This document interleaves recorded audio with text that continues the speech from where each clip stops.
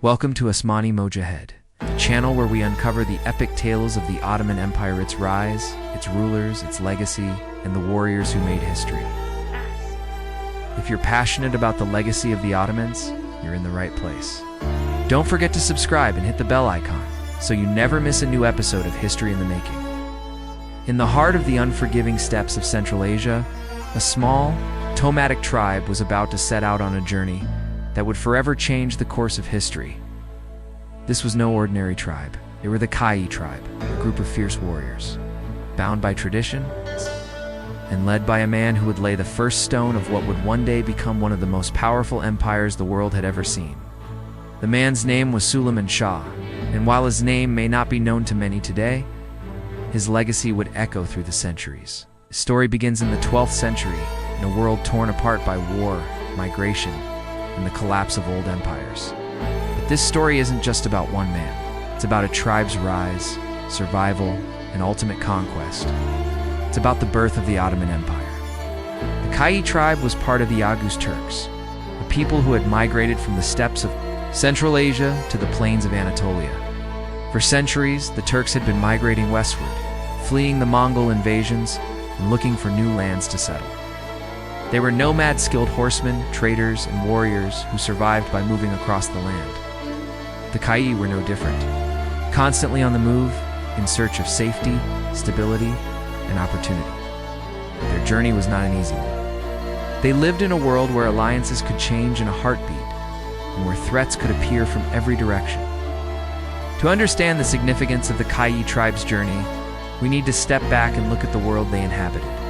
By the 11th century, the Seljuk Turks had already established their presence in Anatolia, pushing back the Byzantine Empire and creating new power structures. At the same time, the Mongols were a growing threat in the east, sweeping across Central Asia and slowly making their way toward Anatolia. The Seljuks, who were initially the Kayi tribe's allies, were establishing control over Anatolia, and their influence was growing. But they were also a major power in the region. So the Kayi, like many other Turkish tribes, had to make strategic decisions about their alliances, their future, and their very survival. At the helm of the Kayi tribe was Suleman Shah, a man who wasn't just a leader by blood, but by his actions, his wisdom, and his courage. His people trusted him because he understood the landscape of power. His decisions would carve the path that his descendants would follow, a path leading them toward an empire. Suleman Shah wasn't simply fighting for survival, he was preparing for greatness. Under his leadership, the Kayi tribe formed alliances with local Seljuk leaders and other Turkish clans.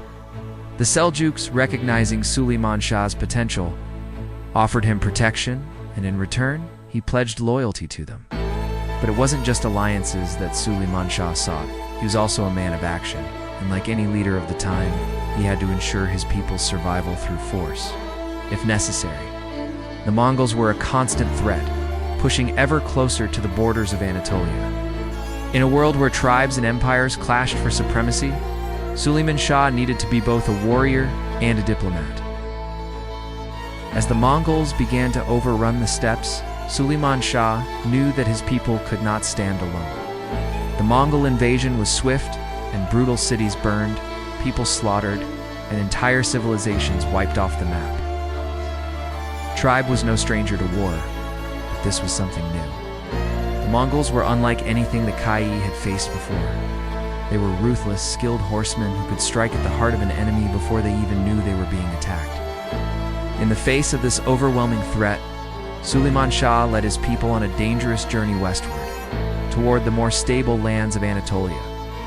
They found refuge in the Seljuk Sultanate, but the Mongols weren't far behind. The danger was ever present. In the early 13th century, Suleman Shah made one of the most heart-wrenching decisions of his life. He led his tribe on a final, desperate trek through the treacherous lands of Anatolia. But during the journey, Suleman Shah was struck down. In battle near the Euphrates River, his death was a pivotal moment for the Kayi tribe. The man who had led them with strength and vision was gone. Yet his legacy lived on through his son, Ertugrul Ghazi, who would carry the mantle forward and continue what his father had started. Though Suleman Shah was no longer there, his dream for his people did not die with him. His son, Ertugrul Ghazi, took up the torch and led the Kayi with the same courage and vision. It was under Ertugrul that the foundations of what would become the Ottoman Empire were laid. The Kayi Tribe, once a small nomadic group, was now on the verge of greatness. They would soon face new challenges, new alliances, and even greater battles. But it all began with Suleman Shah, the man who set his tribe on a course that would shape the world for centuries to come. The story doesn't end here. In our next episode, we'll follow Ertugrul Ghazi, the son of Suleman Shah, as he begins his rise to power.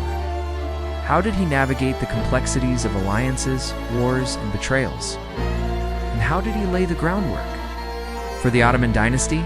If you enjoyed this journey into the past, be sure to like, subscribe, and hit the bell icon to never miss an episode. This was just the beginning.